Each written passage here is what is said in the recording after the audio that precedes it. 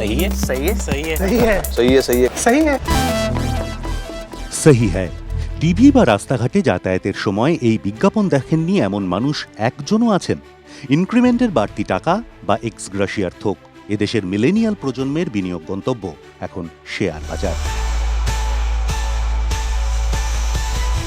প্রযুক্তির কল্যাণে মিউচুয়াল ফান্ডের গতিবিধি থেকে কোম্পানির শেয়ার কেনাবেচার মাহেন্দ্রক্ষণ আজ মোবাইলের এক ক্লিক দূরত্বে। চটপট অর্থ বিনিয়োগের এই ডিজিটাল সুবিধা খুলে দিয়েছে এক নতুন দুনিয়ার দরজা।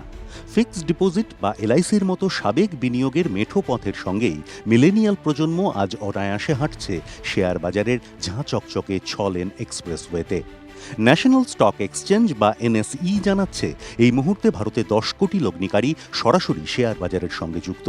সেই সংখ্যাটা বাড়ছে লাফিয়ে লাফিয়ে। প্রতিদিন গুরুত্ব বাড়ছে শেয়ার বাজারেরও। এই বিপুল বপু শেয়ার বাজার নিয়ন্ত্রণের ভার securities and exchange board of India বা সেবির হাতে। বাজারের ভালোমন্দ দেখার পাশাপাশি সেবির মস্ত বড় কাজ এই বিপুল বাজারের একমাত্র নিয়ন্ত্রক হিসেবে নিজেদের নিরপেক্ষতা বজায় রাখা, যাতে কোনোভাবেই কোটি কোটি বিনিয়োগকারীর আস্থা টোল না খায় এবং কোনো রকম অনৈতিকতার আশ্রয় নিয়ে কোনো নির্দিষ্ট ব্যক্তি বা সংস্থা অতিরিক্ত সুবিধা অর্জন করতে না পারে।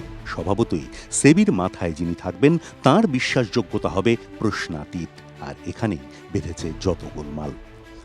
2022 সালের 2রা মার্চ মুম্বাইয়ে সেবির সদর দপ্তরে চেয়ারপারসন হিসেবে দায়িত্ব নেন মাধবী পুরী বুচ। সেবির ইতিহাসে প্রথম মহিলা প্রধান 2021 সালের 4 অক্টোবর পর্যন্ত ছিলেন সেবির সর্বক্ষণের সদস্য বা হোল টাইম মেম্বার। পাশাপাশি তিনি প্রথম ব্যক্তি যিনি বেসরকারি ক্ষেত্র থেকে এসে সেবির চেয়ারপারসন হলেন। সেই মাধবীকে জড়িয়েই একের পর এক অভিযোগ, কিন্তু যাকে ঘিরে অভিযোগ তিনি চুপ।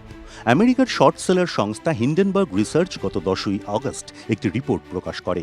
সেখানে দাবি করা হয় যে অফশোর ফান্ড বা আন্তর্জাতিক লগ্নি তহবিল আদানি গোষ্ঠীতে পুঁজি ঢেলে শেয়ারের দাম বাড়িয়েছে, যা সম্পূর্ণ বেআইনি, সেখানে লগ্নি আছে অধুনা সেবি প্রধানের। তারপর থেকে যেন মাধবীর বিরুদ্ধে অভিযোগের বান ডেকেছে। অভিযোগ 1, মুনাফা। সেবিতে থাকাকালীন নিজের সংস্থা থেকে মুনাফা কামিয়েছেন। অভিযোগ 2, স্বামী স্ত্রী। মাধবীর নেতৃত্বে সেবির নিয়ম বদল করা হয়। সেই বদলের সুবিধা সরাসরি পেয়েছিল ব্ল্যাকস্টোন নামে একটি সংস্থা, যে সংস্থায় সেই সময় কর্মরত ছিলেন ধবল বুচ। ঘটনাচক্রে তিনি মাধবীর স্বামী। অভিযোগ 3, ডবল চাকরি। সেবির পাশাপাশি আইসিআইসিআই ব্যাংক থেকেও বেতন এবং অন্যান্য খাতে মাধবী পেয়েছেন 16.8 কোটি টাকা।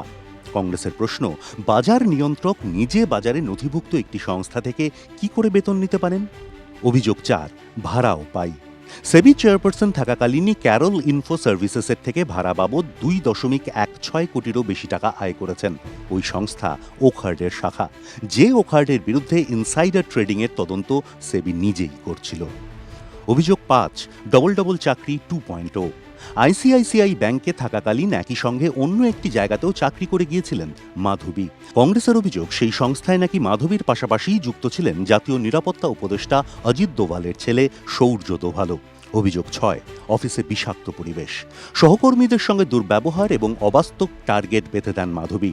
সেবির মুম্বাই অফিসের কর্মীদের একাংশ অফিসে বিষাক্ত পরিবেশের অভিযোগে খুব সম্প্রতি বেনজিরভাবে নীরব বিক্ষোভ দেখিয়েছেন। একই অভিযোগে অর্থমন্ত্রকে চিঠিও গিয়েছে।